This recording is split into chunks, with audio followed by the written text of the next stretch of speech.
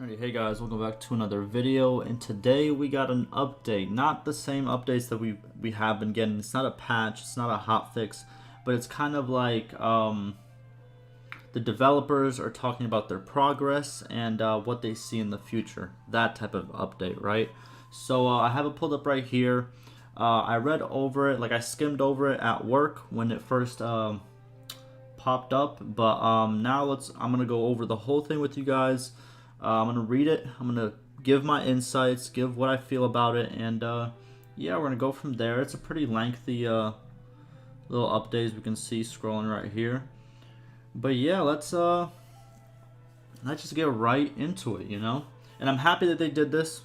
That when I did skim through it earlier, they did go over some you know, exactly what they did, the criticism, and then they went over what they want to do in the future, because a lot of people have been wondering about the future aspects of the game and what they're focusing on right now, because they've slowed down on patches and stuff, so people were, you know, going crazy, but this tells a lot, in my opinion. So let's get right to it. The link to this will be down in the description if you want to go read it for yourself, and let's do it. So greetings, warriors of Calradia. With some semblance of normality slowly... Oh, with some semblance... Let's restart there. With some semblance of normality slowly beginning to return to the world, we wanted to take the time to reach out to you and talk about Bannerlord's early access journey so far by discussing some of the changes and improvements to the game before moving on to touch on some plans for the future. Rather ironically, and even though it's been a challenge, working from home seems to have brought our team closer together. Development of the game has continued unabated, with around 70 patches and fixes in total being released since the game's launch 11 weeks ago. Now I want to stop right there. Did you hear that? 78 patches and fixes in 11 weeks. Now, if my math is correct, that's just about 7 patches a week, right? If we really think about it, that's about 7 patches a week, because 77 divided by 11 is 7. So therefore, you know, it's like 7.0. It's about 7 per week. That is insane in my opinion, and I do appreciate that they're constant. You know, their constant updates and all that. I do appreciate it, you know. I think that's actually crazy when you think about it in terms of other games, you know what I mean? And another thing, not a lot of people, some people in my comments have been saying, oh, well, you're simping for this game, or oh, you're... No, man, I just appreciate the hard work, man. That's it, you know? Like, I do appreciate it, you know? I like... It's as simple as that. Whenever I don't agree with something, I do also say that in the video. I'm not just here like, oh my god, they're the best. There's obviously problems with the game. And I've always stated when there is problems with the game. You know what I mean? I'm just saying I appreciate that they don't just throw out a problem and then we don't hear from them for 2 weeks. You know, if a problem gets thrown out, you can go to the forums and they're probably already talking about it. They're probably already talking about, hey, we're on the way to fix this, we're on the way to do this. And that's what I appreciate, you know? Not everything's perfect, but if you communicate and, you know, and you work hard, that's as good as you can get, in my opinion. So that's kind of, you know, to that point. But let's continue reading. So the main focus of these patches has been aimed at stability and performance improvements, and with the help of the detailed bug reports from our community. We are pleased to say that we have fixed over 200 crash-related bugs to date. Performance has also improved a lot, with massively reducing loading times and increased frame rates across the board, especially in battles. The majority of the performance spikes are fixed, and the resource usage of some tasks are reduced. Better balanced resource usage of parallel tasks has led to increased multi-core performance and much smoother gameplay. Additionally, we introduced multiple autosave slots and drastically reduced save file sizes to enable cloud saves to further reduce the chances of players running into save breaking bugs. Now, let me say something. Those autosaves, the ones that like you have autosave 1, autosave 2, and autosave 3, that is just I love that. You know what I mean? I like that concept. I think every game should actually implement it. You know, if your game isn't implementing it, get on it. The whole autosave 1, autosave 2, autosave 3 is a great feature in my opinion, right? Now, they had to flex up on us, 200 crash fixes. Performance has improved, and let me tell you something. If you play when this game came out and you play it now, you can't deny that it is smoother. The FPS is better. Stuff is better. Yes, there are still times where I'm in a siege and all of a sudden I get 2 frames. It happens. It's a massive game and it has some massive battles if you really think about it, especially a siege with, let's say, a couple thousand troops or whatever, right? Like, it gets, intense, right? Especially for your computer, depending on what type of computer you have, right? But overall, I do agree it has gotten smoother. Now let's continue. So we will hold on, let me make sure you guys can see it. So we're right here. We will continue to work our hardest on resolving the remaining issues as fast as we possibly can. So please continue to forward these bug reports, as we really can't stress just how useful they are to us. Yes, they are very useful. If you have a bug, I'm pretty sure if your game just crashes, it like automatically sends something to them as well. The more you report, the more you go on the forums, the better the game will be when everything is said and done. So keep doing that, We optimize resource usage of archer visibility, computation, and target selection, improving performance in archer heavy battles. Okay, that has to do with the picture that's shown on the screen right over here. It's good, good changes, even though horse archers are absolutely broken. But no, I have no problem with that. Good. Whatever you can improve is always good, right? To help in the ongoing battle against bugs, we introduce a separate beta branch that players can opt in to if they would like to test upcoming updates and changes to the game. The approach gives us the best of both worlds. Players looking for a more stable experience can stay in the main branch. Meanwhile, in the beta branch, we can test new features and changes a bit sooner. Let me tell you something. This little paragraph right here, this should have been bolded. This should have been at the top of the screen, at the bottom of the screen, and they should have put it in like a quote format, Listen, more people need to read this. Like, I've been stressing this a lot. There's a stable version of the game and there's a beta version of the game, And a lot of people who are playing on the beta version have no idea how to get to the stable version, and then a lot of complaining happens because they think that they're in the stable version, but in all reality, they are in the beta version, which is unstable, So if you don't know how to do that, I have a video on how to change your, change your patch to a stable patch, and I'm going to have it in the description. So if you are in that category of people in the beta branch and you want to have a more stable experience, I really suggest you do. Currently, I have a playthrough that's going on my channel, and I'm playing it on 1.3. It is as stable as it can get, so yeah. If that's something you want to do, go check that out. Now, let's continue. This patching process is something that we have used quite extensively as of late, with many new updates coming that have expanded on game mechanics and introduced new content. We have implemented a number of missing perks, added several new soundtracks to our existing comprehensive music library, and introduced new weapons, armors, shields, and crafting pieces. Additionally, new scenes have been added to both single player and multiplayer. Also, while adding new quests to the game, all existing quests were overhauled, and most problems and issues that could cause you to become stuck were fixed. And this picture right here, new armors and weapons were added along with different tiers and build qualities to existing ones. Now let's talk about this. So yes, a lot of stuff has been added. I'm not gonna lie to you, a lot of stuff has been added. I am gonna point out what a lot of people are kind of upset about as of right now is a lot of perks not working. Yes, I know that when the game first came out, literally 90% of the perks didn't work. Now I can see that the developers, every single major patch, they they rework one perk at a time.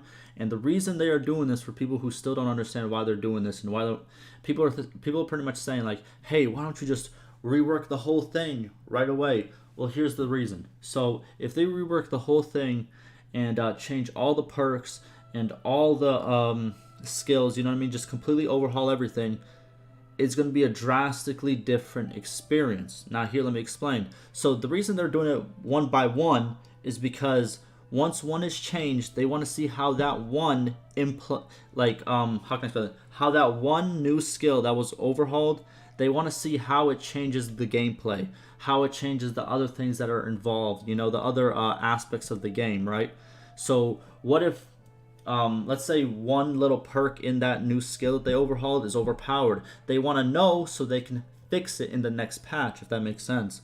So that's why they're going with the approach of, hey, let's overhaul one skill at a time, and then over time we're gonna get to all the skills, and we're gonna balance it as we go. So it does make sense. I understand people's frustration that they're not all working, but it's a work in progress, and that's pretty much all I have to say about it. Hopefully that made sense. If you didn't get that point. Now, let's continue. One important update was Kingdom Creation, which allows players to forge their own path in Calradia in true sandbox fashion by giving them the ability to create their own kingdom outside of the main storyline. I think this is great. Very cool feature. Alongside this came updates to Kingdom Politics, which incorporated diplomatic choices previously handled on the faction level into the kingdom decision system and sees clan votes based on their own interest. The decision for peace was further adjusted to include tributes and truce periods. This change has put a greater emphasis on the internal politics and power struggles between the clans of each faction when major decisions are made, and offer players a legitimate avenue to achieve war and peace when serving as vassals rather than ruling as kings. Ooh, that was a nicely written paragraph, I'm not gonna lie to you. But pretty much what it states pretty much is they added the whole, if we go to peace, you're gonna have to pay me a little bit, or I'm gonna have to pay you a little bit. It's paid through influence now. It's not just, hey, let me run up to one of these leaders, pay him some money, and pretty much like, hey, get off my back, So they changed it and put it into the whole kingdoms screen, and then obviously you vote it with your other clans, and then that type of thing. So I do agree with it. I do like the new system, not gonna lie to you. The whole trying to find a lord in the middle of nowhere because 4 of your castles are being taken, and you're really trying to make peace before they're all taken. It was kind of frustrating, It was kind of frustrating, but I like the way they're trying to go about it, right? Now you're able to create your own kingdom without doing the main quests. You need to own a castle or city, and your clan must be tier 4. Yes. Okay, and of course, these patches haven't been limited to new content and bug fixes. Large parts of the game have been reworked and rebalanced. Item inflation is no longer out of control. It is less likely that troops and garrisons will starve. Sieging and raiding will typically still do the trick, though. Yes, that is a game mechanic, right? Auto battle calculations have been improved so that the outcomes better reflect army sizes. Clan management has been expanded, allowing you to assign roles to clan members specific to the parties they're in. Many item models and class simulations have been improved. War and peace decisions make more sense, and prolonged wars are much less likely to happen. Troops are now much better at maintaining their formations when moving and engaging with enemies. Cavalry groups will reform before charging again and now perform much better in melee combats. Targeting for ranged and mounted AI units have been improved. An update to campaign AI for clans, parties, and armies have been improved. How the AI manages its finances and priorities, its actions and targets, and many, many more. That was the longest sentence of my life. But listen, they had to flex on us real quick. They had to be like, listen, you see all this stuff we fixed? You're damn right.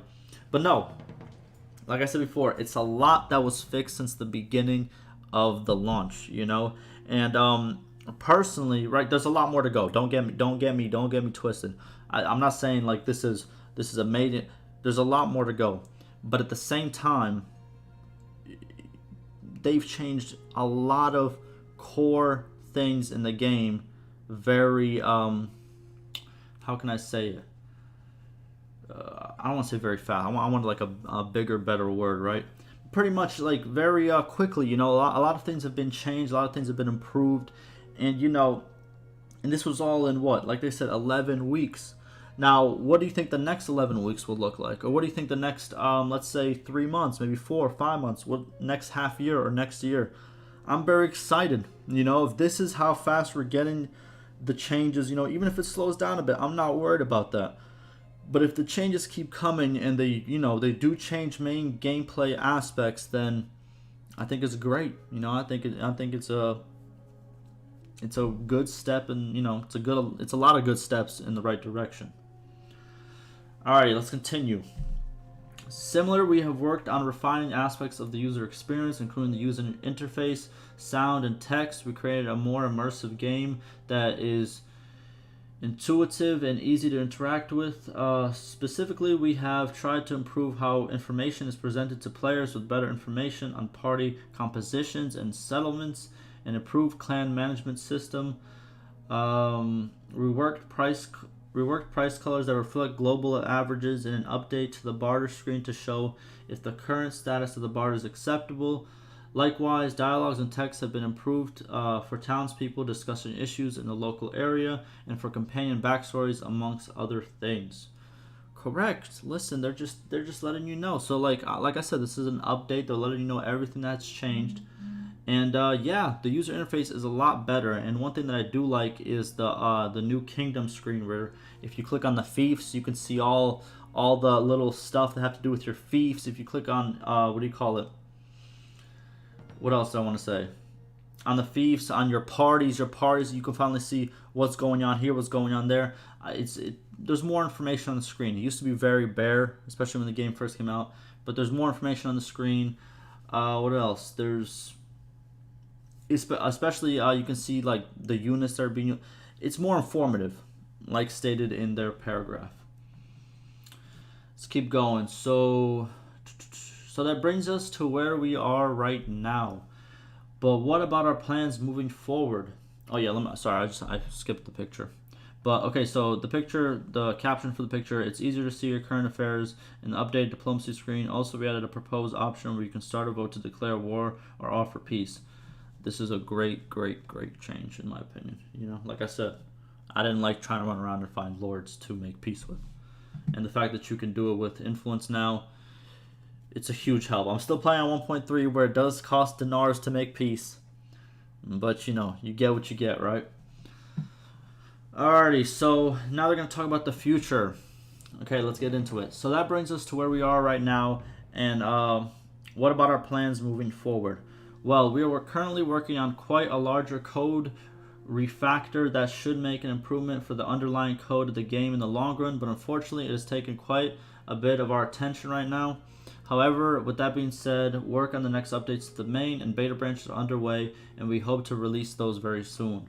Now, this might be completely wrong. I did not do any research on what code refactor means, right? But I think now I know I have some people who do development, like, you know, development and coding, who do watch my videos. Please correct me if I'm wrong. I am probably going to be wrong. You know what I mean? I did some coding classes, but I'm not ain't nowhere close to anything even close to an average, you know, coder or whatever. But I think what they mean by that statement is they want to fix some of the code, because when I was coding in the classes that I took, sometimes I would make too much of a complex code for something that was a very simple solution. Like, I would make like these if and, like, I don't know how to explain it. I'm trying to explain it the best way I can. But like, I would pretty much write like 4 lines of code whenever I just only needed 1 line of code, if that makes sense, right? And then it pretty much made everything else harder, because now I had to do extra work every single time I try to build up more from those 4 lines, right? But if I would have made that simple 1-liner code, it would have made the whole process easier. So I think what they mean by this is they're getting rid of some of their complex code, right? And they're replacing it with simpler code, so that in the future it's easier to make updates and make changes to that code that they're revising right now. Now, if that is completely wrong, let me know in the description, but I think that's what they mean. And I'm probably not articulating it the best way possible because it's been a very long time since I took those classes and I can't even explain. Like, I don't remember much from it, but yeah, just let me I'm rambling. Just let me know, okay? Now, let's continue. So for single player, our focus for the immediate future is still very much on stability and performance, but that's not to say that we aren't still working on other aspects of the game. Perks continue being completely overhauled and work progresses on new scenes, quests, and AI improvements. Additionally, improvements to the kingdom politics and voting will give players more options and control. More options and control are in the works, along with additional ways to use companions and clan members, including assigning them as formation leaders. Also, an upcoming update is planned where character levels will depend on raw experience collected from skills rather than the skill level increases. Ooh, that's pretty big actually. That's pretty big. Yeah, it's gonna change skills for. So they mean like dependent on raw experience collected from skills rather than skill levels. Okay, so does that because like right now, whenever you tick to a new level, then you get the either the perk or obviously like the other thing. Like let's say you have a high leadership. I think it's like every 3 points in leadership gives you 1 extra. What is it? Garrison size or party size? I think it's garrison size, right? So by this, I think they mean that now it's going to be counted as of experience and not by the level. That's pretty cool. We'll see how they implement that. Overall, this should make it easier to focus on a particular set of skills. We also plan to make improvements to the crafting system, which will change how you progress and gain experience so that it is less grindy and will reward creativity to a greater degree. So the smithing system, you know, maybe we're going to be able to smith armors and things of that nature. And if it's going to be less grinding, it's going to be better because right now smithing's kind of, you know, you do your daily little things super quickly and then you move on until you can really get up in your smithing level and then you can really make some good stuff. But in the beginning, it's usually kind of just smelt, you know, or what's the other one where you change the hardwood to the charcoal? You just spam that button for the day and then you just rest and you do it again. So yeah, it is kind of grindy as of right now. Additionally, wait, did I skip something? No. So additional main storyline quests will also be implemented in the near future. This will include the quest to rescue your family as well as the quest where you will work against the conspiracy. Finally, more dynamic quests that are generated in response to world events will continue to be introduced. Always good to see more quests. And finally, we get some more quests that have to do with the family, because I'm pretty sure, was it your brother or your cousin in the beginning? I don't even remember at this point, but I think it was your brother, right? We never really see him again.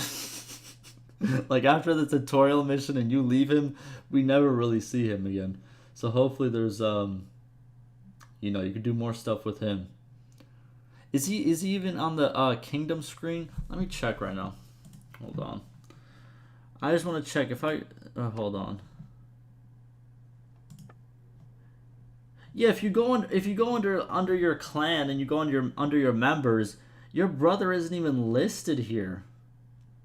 My man's just disappeared. Okay. I just wanted to check real quick, but that's kind of weird. Alrighty, so where were we? Okay, so with multiplayer, so with the single player changes, like I said, I think they're good. If they do the whole code refactor thing, if that does help them, you know, obviously from the back end perspective, that's always good. Obviously, it's not going to be seen by the main population and the main players, but if it makes their job easier, then why not? I agree with it, right? And you know, all the other stuff they said in the single player, I can't wait. Like I said, I always like new changes, so I'm just here waiting, you know. So, okay, now with multiplayer, we are currently readjusting and refining combat parameters while rebalancing stats, equipment, and perks. Additionally, the player report tool is currently in beta, and we hope to send that to the main branch soon to help players deal with problematic users. Okay, sounds good. I know in multiplayer there's some problems with not being able to find games or connecting to the server right now. Hopefully that gets all sorted out in the near future, because I see a lot of complaints about that. Now, finally, we hope to be able to start releasing some modding tools with limited documentation in the near future. Okay, there it is. See, obviously they want to start releasing some more modding tools. I have no idea how modding works. I can't give you my insight. It is what it is. But I know that a huge majority of people wanted more modding tools, more mods to come out of the game, because obviously Warband, I think for a big part, Warband is very successful because of its modding community, right? It's stayed very relevant because of that modding community and all the great mods in the game. So obviously people want the same thing for Bannerlord. So hopefully that gets rolled out as soon as they can, and yeah, we're gonna see some really, really, really good mods. We got a little picture here. We haven't forgotten our Bachelor Lords. We added 160 ladies to the game to improve populations sustainability via marriage and birth. Quick facts, quick facts. But yeah, they did this change. I don't remember if this was 1.4 or 1.4.1, but around there somewhere, right? Alrighty, so our efforts today are just a small part of what is to come, and to look forward to working alongside you in creating a game that we can enjoy for many years. Stay safe out there, and remember to keep out of melee range. True. Big facts. Hey, I appreciate it. I appreciate that they took the time to make an update for everybody. A lot of this stuff that, especially the stuff that they've made, I have been covering. I have pretty much every hotfix that came out. Not every hotfix, but all the recent hotfixes and all the hotfixes in the future, I am going to make videos on it, right? So if you have been following this channel, you know most of this stuff that's been said, right? But it's good to see what they want to do in the future and things of that nature. Alrighty, so the video is getting kind of long. I'm gonna just end it off right here. I agree with a lot of stuff that they are doing. They're very productive in my opinion. I think they've done some very good changes. There's a lot more that needs to be changed. I'm not trying to throw that under the bus. I understand there's a lot more changes that need to be done, but I have faith that they will be addressed and they will be fixed in time. But with that being said, let me know any questions, any concerns, anything in the comments, and like always, stay safe.